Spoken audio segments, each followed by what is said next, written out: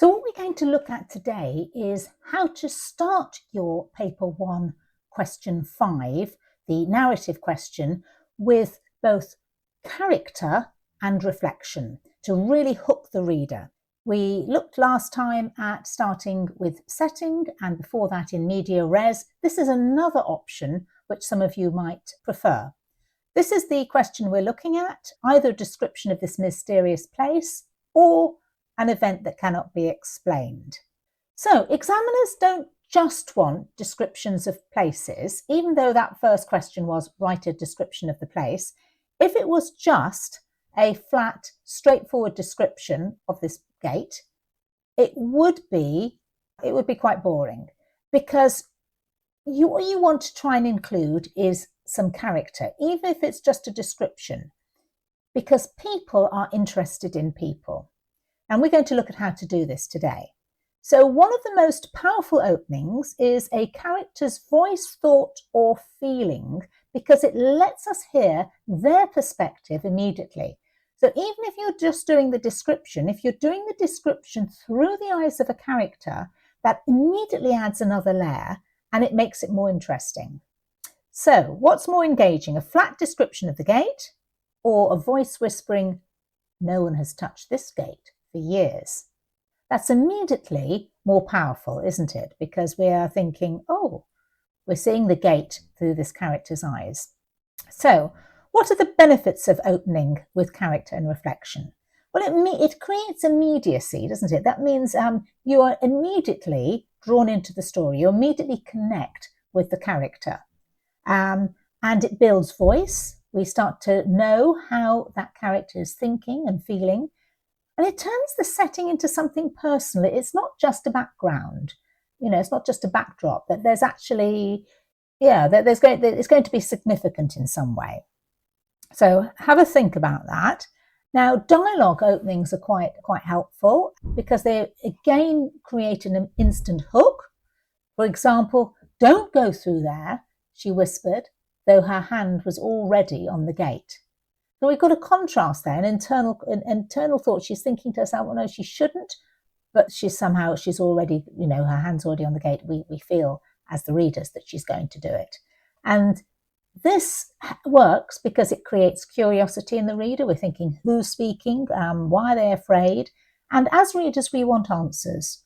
And so if you are able to create questions in the mind of the reader through dialogue, that's a really helpful way of engaging the reader, or the examiner in this case. So have a go at this task. Have a go, pause the video, write one line of dialogue for a character at the gate.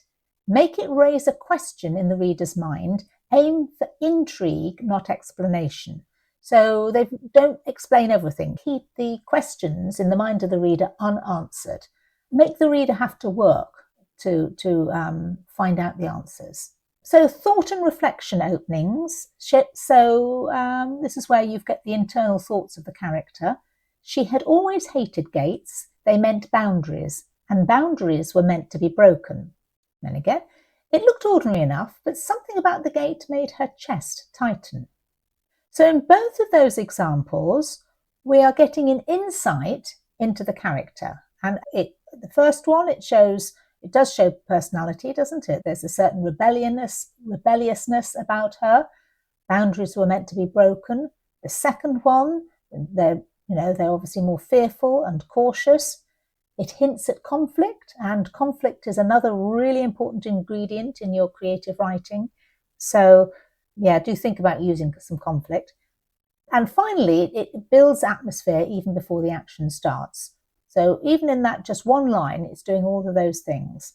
Have a think. What does reflection reveal about a character before anything happens? We are getting an insight into perhaps their beliefs, their fears, their attitude to the setting. So you might want to choose one of these when you've got your character in your opening your story. Have a think about, what do you want to reveal? Now, blending action and reflection. This is a higher level technique and it's really effective. Her fingers hovered above the iron handle. She told herself it was just a gate, but her heartbeat said otherwise.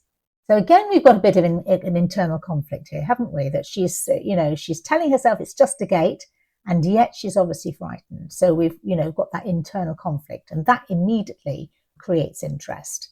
And we've got the external description of the action, her fingers hovering above the iron handle.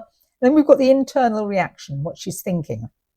And there's a bit of conflict between the two. And it also shows fear without actually saying that she was scared. So really effective. Okay, so have a go at this. Write 2 sentences about your character at the gate. Describe what they're doing, what action, and then give them some internal reflection. What are they thinking? What are they feeling at this point? So pause the video and come back when you're ready. And here is a model grade 9 opening. Have a think about why this is particularly effective as an opening. No one has opened this gate for years, she whispered, brushing the ivy from its iron ribs. Her hand trembled as she gripped the handle, though she forced herself to laugh. Fear was for children, and yet the silence pressing in told her otherwise. So in just those 4 lines, we can see that this candidate is blending dialogue, no one has opened this gate for years, with action, so she's brushing the ivy from its iron ribs, and reflection, she's thinking. Fear was for children. So the 3 are really combined, it's really well crafted. And it creates atmosphere and characterization. We are pulled into her world, aren't we? And it certainly suggests fear without ever stating it. We are, it's implied that she's frightened. Fear was for children. It's as if she's trying to persuade herself she shouldn't be scared. So yes, a very effective piece of writing there. So key takeaways: dialogue creates curiosity. Obviously, you've got to craft your dialogue in such a way that it does create curiosity. Reflection, it gives insight into what the characters are thinking and feeling. That creates engagement. And blending action and thought is that the 2 combined can be the strongest openings. So over the last few days, we've done 3 different ways of starting. Practice all of them in media res, setting an atmosphere, character and reflection. All of them are really powerful. One is better than the other. You choose which one you feel most comfortable with. But do practice all 3 because that's how you'll get better. Do download my free Paper 1 Top Tips guide if you want more top tips. The link is in the description. And do subscribe because my next videos are going to be on creating character, which if you can go into the exam with a character that you've already created, you will be at such an advantage because you've only got 45 minutes for this question. It's not long. So the more you can do to prepare, the better. So subscribe to my lessons and I'll see you next time.